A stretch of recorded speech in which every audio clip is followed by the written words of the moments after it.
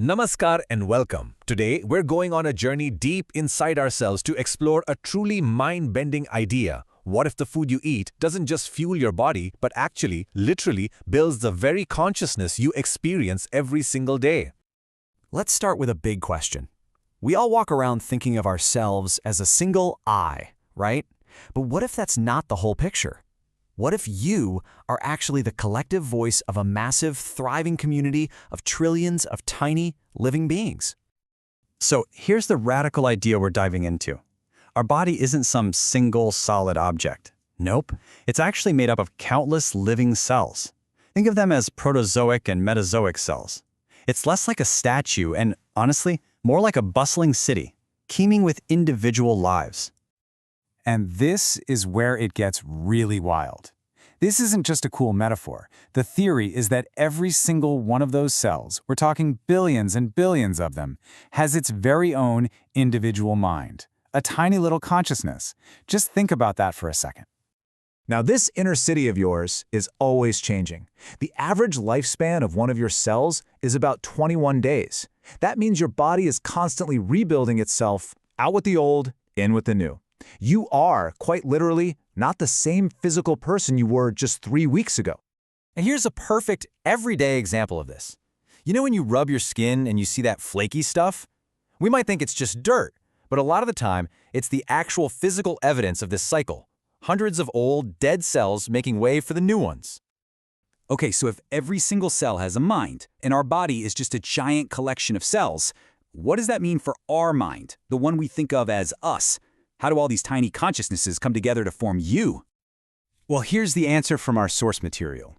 What we call our mind isn't this one single thing. It's actually a collective mind. It's a grand symphony created by the chorus of all those individual cell minds working in harmony. And if your cells are being replaced every 21 days or so, that means the symphony of your mind, your consciousness, is being rewritten on that exact same schedule. This is an incredible opportunity. It means we have this built-in chance for profound change every 3 weeks. The real question is, what are you writing the new music with? And that question brings us right to the heart of it all. If our cells are constantly being replaced, what are the new ones being built from? This is where that connection between what you eat and who you are becomes so clear you can't ignore it. The logic here is actually super simple when you break it down. Okay, step 1, old cells die. Step 2, new cells are born to take their place. Step 3, those brand new cells are built from the raw materials you give them, the food you eat, the water you drink, the air you breathe. So what's the conclusion? The nature of your food directly creates the nature of your new cells. It's that direct. And there it is, the main event. Food isn't just fuel to burn, it's information. It's the literal architectural blueprint for your body. And, because your mind is a collective of yourselves, it's the blueprint for your mind too. You are building your thoughts and feelings out of what you ate over the last few weeks. All right, so if food is the tool, how do we use it to build the consciousness we want? Well, the source material breaks down all food into 3 basic categories, based on the exact effect they have on our cells, and by extension, our minds. So first up we have sentient or sattvika food. Think things like fruits, grains, and milk. These are said to create physical and mental well-being. Then you have mutative or rajasika food. These are good for the body, give you energy, but are kind of neutral for the mind. And finally, there's static or tamasika food. This category includes things like meat, onions, garlic, and stale food, which are said to be harmful to the mind and can be for the body too. And get this choice is said to have a result you can almost see. You know the aura, that glow you see depicted around spiritual figures? The idea here is that it isn't something mystical. It's the collective light, the combined radiance of billions of healthy, sentient cells. So when you eat sentient food, you build sentient cells, and your whole being can literally become more radiant.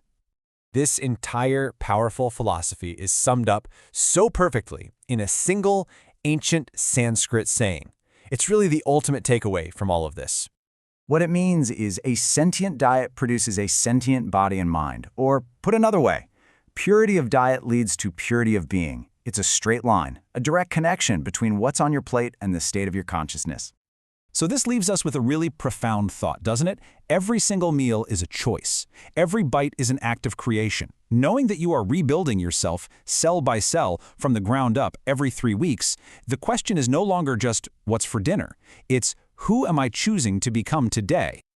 If this exploration sparks something in you, make sure to subscribe and like the video for more explainers that dive deep into these kinds of transformative ideas. Thanks so much for joining us.